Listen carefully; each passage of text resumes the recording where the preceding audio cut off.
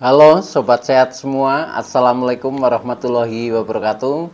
Salam jumpa kembali dengan saya Sugito di channel Berbagi Sehat, channel edukasi dan motivasi seputar asam lambung, anxiety psikosomatis. Berdasarkan pengalaman saya sebagai orang yang pernah mengalami penderitaan asam lambung, anxiety psikosomatis. Harapan saya khususnya kepada teman-teman yang masih dalam penderitaan asam lambung, anxiety psikosomatis, setelah menonton video ini akan dapat tersugesti dan termotivasi untuk dapat cepat sembuh. Saya bisa sembuh, insya Allah teman-teman pasti juga bisa sembuh. Badai pasti berlalu. Baiklah teman-teman, pada kesempatan kali ini saya akan berbagi seputar asam lambung, anxiety psikosomatis dengan topik tips sederhana pemulihan asam lambung, anxiety psikosomatis tanpa obat. Baiklah teman-teman ya, sebelum saya lanjutkan, tolong yang belum subscribe channel ini, klik subscribe dan loncengnya, supaya teman-teman tidak ketinggalan konten video-video berikutnya. Dan jika suka, klik like, lalu bagikan ke sosial media teman-teman. Semoga bermanfaat buat kita semua. Baik, kita lanjutkan. Jadi topik kita kali ini adalah tips sederhana mengatasi pemulihan asam lambung, anxiety psikosomatis tanpa obat. Teman-teman semua perlu kita sadari bahwa penderitaan asam lambung, anxiety psikosomatis yang disebabkan oleh multifaktor ya, baik itu faktor fisik maupun faktor psikis dengan sensasi yang sangat beragam ya, mulai dari ujung rambut sampai dengan ujung kaki yang sering kita kenal sebagai 1001 rasa sensasi, memang sungguh luar biasa ya, sungguh dahsyat dan perlu kita tangani dengan bijak agar penderitaan asam lambung, anxiety psikosomatis dapat cepat membaik atau dapat cepat sembuh total. Nah, khusus pada session kali ini ya, saya sharingkan kepada teman-teman yaitu tentang tips sederhana pemulihan asam lambung, anxiety psikosomatis dengan tanpa obat ya. Ini penting mengingat ketika kita sudah berobat kesana kemari ya, sudah memakan durasi waktu yang cukup lama, tetapi juga masih saja kita mengalami beberapa sensasi yang kita rasakan ya, artinya kita belum juga sembuh total. Nah, sehingga kita harus berikhtiar ya secara holistik bagaimana caranya supaya kita bisa terlepas dari gangguan asam lambung, anxiety psikosomatis ini. Nah, untuk itu maka ini penting ya menurut saya untuk kita simak ya. Tolong video ini disimak sampai dengan selesai supaya tidak gagal paham. Dan alangkah baiknya jika teman-teman juga menonton video-video saya yang lain ya, karena di setiap video itu saling berhubungan ya, saling melengkapi antara konten satu dengan konten yang lain, sehingga pemahaman kita terhadap seputaran gangguan asam lambung, anxiety psikosomatis menjadi semakin komplit ya, menjadi semakin paham ya, sehingga akan mempermudah kita di dalam berikhtiar secara holistik untuk keluar dari jeratan asam lambung, anxiety psikosomatis ini. Nah, teman-teman semua, saya awali dengan ketika kita sudah mengalami penderitaan ini, apalagi yang sudah durasinya mungkin agak lama ya, sudah sampai 3 bulan, 6 bulan, bahkan 1 tahun, 2 tahun ya, 5 tahun bahkan lebih, itu kadang masih mengalami sensasi-sensasi seperti ini ya. Nah, ini memang kita harus paham betul ya, paham betul tentang mengapa kita terkena asam lambung, anxiety psikosomatis, sebabnya apa, kemudian apa yang harus kita lakukan ya. Nah, setelah itu nanti kita berangsur-angsur baru ya akan melalui beberapa tahapan, beberapa tip, beberapa metode yang akhirnya kita menjadi terlepas dari gangguan ini. Nah, untuk itu maka tolong ya kita pahami bersama-sama supaya kita menjadi lebih efektif di dalam kita mencari solusi ya di dalam usaha kita agar menjadi cepat membaik atau cepat sembuh total.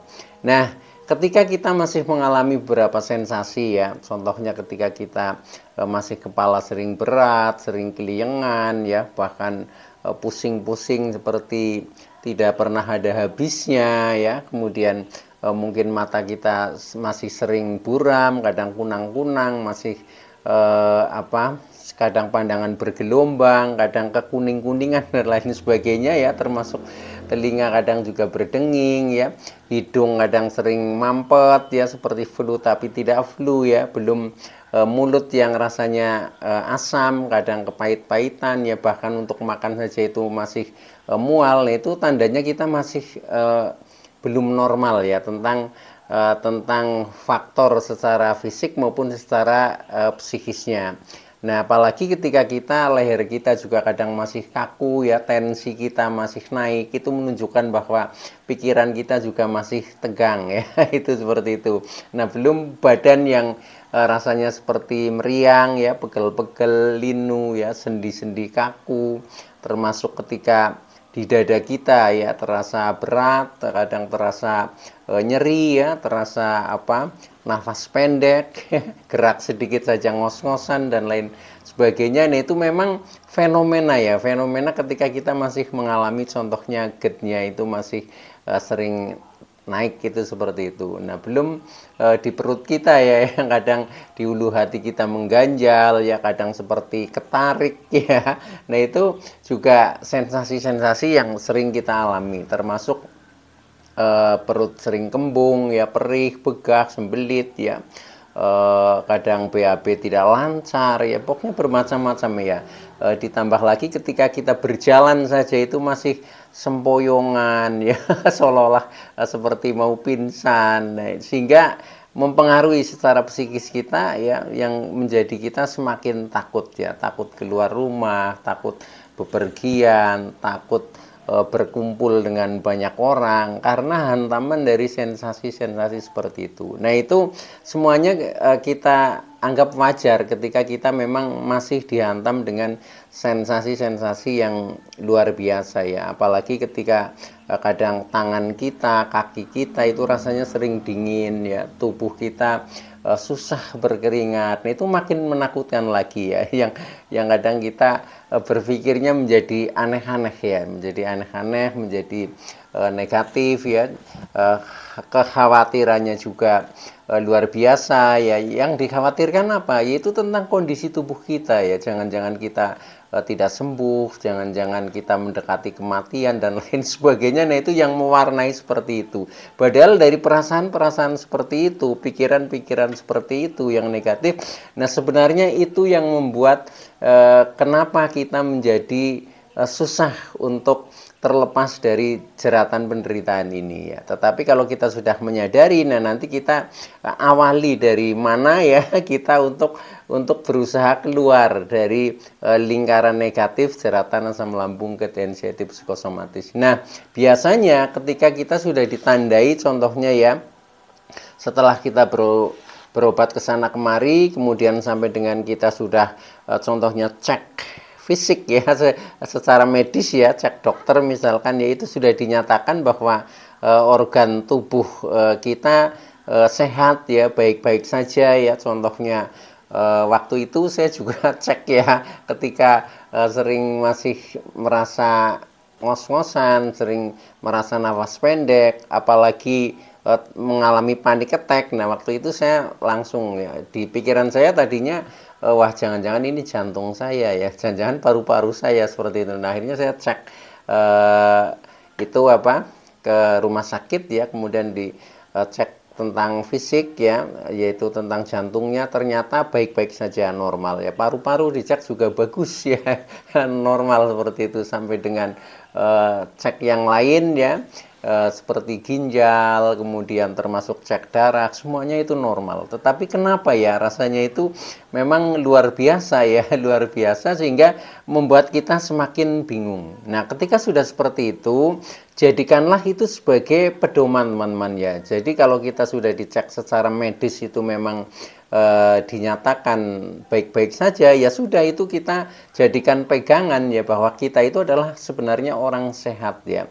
secara fisiknya ya. Nah, Tetapi kenapa kita masih merasakan beberapa sensasi? Nah, ini karena memang secara psikis kita masih terganggu ya. Nah, ini yang maksud saya harus kita bisa mencari ya, bisa menelaah tentang diri kita sendiri, sehingga nanti akhirnya kita bisa merubah perilaku ya, dan akhirnya kita menjadi keluar dari jeratan itu. Tetapi tanpa kita memahami diri kita sendiri ya, kita akan sulit ya, karena orang lain itu lebih bingung lagi, karena orang lain tidak tahu ya, yang dirasakan juga tidak tahu, taunya kita ini sebagai orang sehat ya, kita mengeluh saja kadang mereka nggak peduli ya, karena sudah berlangsung sekian lama masa nggak sembuh-sembuh, sehingga orang lain itu menganggapnya kita ya orang sehat ya, orang sehat secara fisik juga secara psikis ya, tetapi rasanya itu luar biasa. Nah, itu yang kadang menjadikan keprihatinan kita, yang kadang kita merasa butuh untuk diperhatikan, tetapi ternyata juga orang-orang di sekitar kita kadang kurang memperhatikan, mereka cuek ya, justru menganggapnya kita seperti orang sehat. Nah, itu kadang menambah lagi sakit hati kita ya, seperti kita tidak ada yang perhatian dan sebagainya. Nah, itu semua ya, itu semuanya yang harus kita atasi sendiri teman-teman ya. Jadi memang penderitaan sendiri harus kita selesaikan sendiri. Faktanya itu seperti itu. Makanya mau sembuh atau belum ya, itu ditentukan oleh kiat diri kita sendiri. Nah, itu yang terjadi seperti itu ya. Makanya pada kesempatan kali ini saya memberikan tips sederhana ya untuk pemulihannya ya. Di luar obat, maksudnya tanpa obat ya, yaitu dari kegiatan kita sehari-hari lah, kegiatan kita sehari-hari, maka saya sebut sebagai tips sederhana ya, tetapi bisa mengatasi, akhirnya kita menjadi terlepas dari jeratan penderitaan ini, karena memang pembiasaan diri kita yang kita rubah, akhirnya kita menjadi menemukan kebahagiaan ya, menemukan kedamaian. Nah, akhirnya kita menemukan kesembuhan teman-teman. Nah, tip-tip itu antara lain yang pertama ya, yaitu stop berpikir negatif ya, stop berpikir negatif. Jadi memang harus dimulai dari pikiran yang kadang kita pikiran ini kemana-mana ya, kemudian kita akhirnya pikiran mempengaruhi perasaan juga, kita menjadi mudah tersinggung ya, kita menjadi sensitif. Nah, itu karena juga pikirannya itu awalnya menerima segala sesuatu dengan negatif ya. Contohnya misalkan ada omongan orang yang sebenarnya mereka simpatik kepada kita, tetapi kadang kita juga menganalisanya negatif ya. Contohnya misalkan ketika itu ya saya ditanya, wah Pak Gito sekarang pucat ya, Pak Gito sekarang kurus. Nah, itu sudah penerimaan saya itu menjadi mentalnya down, menjadi negatif. Waduh, saya dibilang kurus ya, berarti jangan-jangan nanti saya ini dan lain sebagainya. Pokoknya menjadikan jatuh lagi mental kita. Nah, padahal itu sebenarnya enggak ya teman-teman. Jadi orang lain seperti itu ya, istilahnya mengatakan kita itu menjadi kurus, menjadi pucat. Nah, itu karena mereka simpatik ya, simpatik. Jadi jadikanlah itu motivasi ya, ketika ada orang perhatian kepada kita. Nah, ya sudah, informasi itu stop kita berpikir negatif, tetapi rubahlah menjadi positif itu. Termasuk ketika masih ada sensasi ya, sensasi itu juga harus kita positifkan ya, positifkan oleh diri kita sendiri ya. Contohnya misalkan kita ya masih merasakan misalkan perut kembung ya. Nah, itu pandang saja itu wajar ya. Jadi untuk merubah supaya tadinya kan ketika kita misalkan ada sensasi, katakanlah perut kita kembung. Nah, ini sudah pikirannya negatif, wah ini kambuh nih, ini kambuh seperti itu. Nah, ketika seperti itu ya semakin terasa ya. Nah, itu maka harus kita positifkan ya. Alhamdulillah, walaupun perut saya kembung, saya tidak apa-apa. Ini masuk angin biasa. Sensasi hanya numpang lewat, saya baik-baik saja, faktanya saya sehat walafiat. Nah, katakan seperti itu ya. Jadi memang pikiran ini harus dipancing dengan kata-kata teman-teman ya. dipancing dengan kata-kata, kemudian yang ada sensasi itu kita sentuh ya, kita sentuh dengan tangan kita. Ini sentuhan itu energi yang sangat positif ya untuk mendamaikan sensasi. Nah, setelah seperti itu nanti kita akan semakin baik teman-teman ya.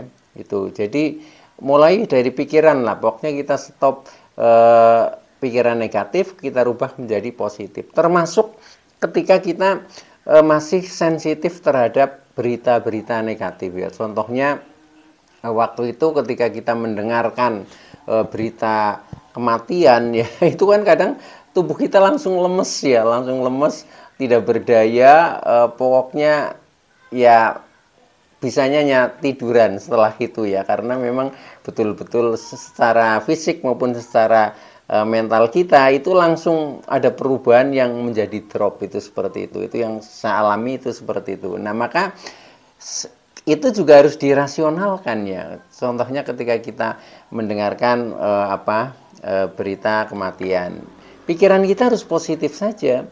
Ya wajar dia mati karena mungkin kecelakaan fatal ya. Ya wajar dia meninggal karena usianya sudah sangat lanjut, misalkan seperti itu. Wajar dia meninggal karena sakitnya ya atau penyakitnya sudah begitu parahnya dan seterusnya ya. Jadi pokoknya kita berani merasionalkan saja. Nah, dengan seperti itu nanti kita menjadi mental kita kuat ya, pikiran kita menjadi positif ya. Jangan mengalir. Kalau dulu ya itu kita mengalir ya ketika ada orang contohnya berita lelayu atau berita kematian ya. Nah, itu pikiran kita langsung diterapkan kepada diri kita. Wah, jangan-jangan nanti saya juga akan mati seperti itu. Nah, itu seperti itu yang saya rasakan dulu. Nah, itulah yang harus kita sadari, kita balik. Makanya kita harus betul-betul memang selalu sadar diri ya, seperti itu. Walaupun kadang kita sulit mengendalikan pikiran ya. Karena apa? Karena pikiran kadang mengikuti ego ya, ego-ego kita. Nah, ego itu kan sukanya seperti itu. Jadi kadang menghindar atau kadang melawan melawan keadaan yang sesungguhnya, itu sifatnya ego seperti itu. Nah, ketika kita dikuasai oleh pikiran, maka kita menjadi semakin kacau. Nah, maka dari itu caranya itu teman-teman, stop berpikir negatif, menganalisa negatif, rubah menjadi positif. Itu yang pertama ya. Itu yang pertama. Kemudian yang kedua, setelah itu kita rajin ya lakukan relaksasi, meditasi, dan afirmasi. Ini satu paket sebenarnya ya. Jadi ketika kita mau meditasi otomatis diawali dengan relaksasi ya. Relaksasi itu menurunkan gelombang pikiran lah ya. Jadi yang tadinya tegang supaya menjadi rileks. Ya, itu namanya relaksasi. Nah, itu bisa ditempuh melalui contohnya kita membuat suasana kita menjadi santai. Contohnya kita mungkin mendengarkan musik ya, mendengarkan ceramah-ceramah yang menyejukkan, kemudian membaca ayat-ayat suci. Nah, ini relaksasi supaya pikiran kita itu gelombangnya tidak tinggi ya, tidak di gelombang beta ya, tetapi menjadi turun ke alfa lah misalkan ya. Nah, setelah itu kita masih berlanjut ya membuat ketenangan, mungkin melalui berzikir ya, mungkin melalui mengamati nafas. Nah, ini sudah masuk di meditasi seperti itu ya. Nah, sampai dengan gelombang pikiran kita itu turun lagi ya di alfa theta. Nah, begitu sudah di alfa theta, gelombangnya tidak sibuk, di sini kita masukkan afirmasi ya. Afirmasi positif ya tentunya, yaitu kata-kata yang membangun jiwa dan pikiran kita menjadi berdaya ya, menjadi bersemangat ya. Nah, akhirnya nanti secara mental kita akan menjadi kuat ya. Nah, ketika secara mental itu kuat, maka rasa-rasa seperti kecemasan, ketakutan ini akan menghilang dengan sendirinya teman-teman ya. Tetapi ketika kita masih dikuasai oleh pikiran-pikiran negatif, nah itu yang muncul nanti menjadi sensasi-sensasi yang selalu bermunculan. Karena apa? Karena kita sudah terkena psikosomatik ya. Nah, kembali kepada masalah relaksasi, meditasi, dan afirmasi ya. Begitu kita sudah lakukan relaksasi, kemudian menurun ke gelombang. Jadi awalnya kan kita di gelombang pikiran yang tegang ya, yang tegang, yang sibuk, katakanlah di gelombang beta ya. Nah, kemudian turun lagi setelah kita melakukan relaksasi ya. Ini sudah di gelombang di bawahnya, yaitu gelombang alfa ya. Nah, kemudian setelah kita lakukan meditasi, ini turun lagi sampai ke gelombang theta namanya. Nah, di gelombang theta ini rasanya sudah rileks banget ya, sudah hampir tidur ya. Kalau tidur itu di gelombang delta ya. Nah, ini sebelum rasa-rasa seperti mau tidur itu teman-teman ya, sudah santai, sudah seperti kayak ngantuk. Nah, disitulah tepat sekali untuk memasukkan afirmasi positif. Nah, afirmasi positif itu yaitu kata-kata yang menguatkan mental kita. Contohnya asam lambung tidak berbahaya ya, asam lambung tidak apa-apa ya. Kemudian saya sehat, saya kuat, saya baik-baik saja, sensasi hanya numpang lewat, faktanya saya sehat walafiat, dan seterusnya ya. Nah, itu saya pasti bisa, dan seterusnya. Nah, kata-kata itu yang harus sering digaungkan ya. Nah, itu, dan seperti itu nanti kita menjadi kuat ya. Jadi itu tip itu ya, relaksasi, meditasi, dan afirmasi itu satu paket teman-teman. Satu paket itu lakukan secara rutin. Nah, itu insya Allah nanti tahu-tahu, wah saya sekarang sudah berani, wah saya sekarang sudah tidak lemes lagi, dan seterusnya. Karena memang secara pikiran kita sudah terbangun ya, terbangun sehingga mental kita menjadi semakin kuat. Nah, itu silahkan ya dilakukan, dipraktekkan, insya Allah nanti akan membaik teman-teman. Nah, itu tipnya ya. Selain tadi stop berpikir negatif, kemudian lakukan relaksasi, meditasi, dan afirmasi. Nah, kemudian tip berikutnya adalah perkuat fisik ya, fisik kita perkuat dengan olahraga lah, walaupun olahraga ringan. Contohnya kita hanya jalan kaki ya. Ini untuk melatih keseimbangan tubuh, apalagi yang teman-teman kadang untuk berjalan saja masih sempoyongan ya, itu karena keseimbangan tubuh kita terganggu ya. Maka dari itu kita harus latihannya seperti itu. Kalau yang masih istilahnya untuk jalan saja itu masih goyang, masih sempoyongan, jalannya pelan teman-teman ya. Dulu saya juga mengalami seperti itu. Saya lakukan dengan pelan, dengan disadari, bahkan saya berjalan sambil berzikir waktu itu ya, supaya secara mental itu menjadi kuat ya. Nah, seperti itu. Nah, akhirnya yaitu semampunya saja dulu ya. Kalau belum mampu jauh ya dekat-dekat saja di sekitar rumah seperti itu. Bahkan mulai dari dalam rumah juga nggak apa-apa ya. Yang penting kita lakukan ya. Itu nanti sedikit demi sedikit kita akan progres dengan sendirinya ya itu. Jadi perkuat fisik dengan melalui kegiatan olahraga ringan gitu ya. Nah, kemudian tip berikutnya, usahakan kita harus bisa istirahat cukup teman-teman ya. Istirahat cukup, contohnya tidur yang cukup ya, yaitu sekitar 7 atau 8 jam ya. Karena pada saat kita istirahat cukup, memberikan kesempatan kepada organ tubuh kita untuk meregenerasi sel-sel yang telah rusak. Sehingga ketika kita istirahatnya cukup itu dapat terpenuhi, maka begitu bangun tidur ya kita rasanya segar ya, karena memang sel-sel yang telah rusak itu sudah dibangun kembali ya, rasanya kita menjadi energik ya, rasanya menjadi segar, nyaman, dan seterusnya ya, itu seperti itu. Nah, itu penuhi saja. Nah, kemudian yang terakhir ya, yang terakhir itu kita harus selalu berusaha ya, itu sumeleh nrimo ing pandum ya. Sumeleh nrimo ing pandum itu bahasa Jawa ya, itu artinya selalu bersyukur apa adanya, pasrah dengan tulus dan ikhlas.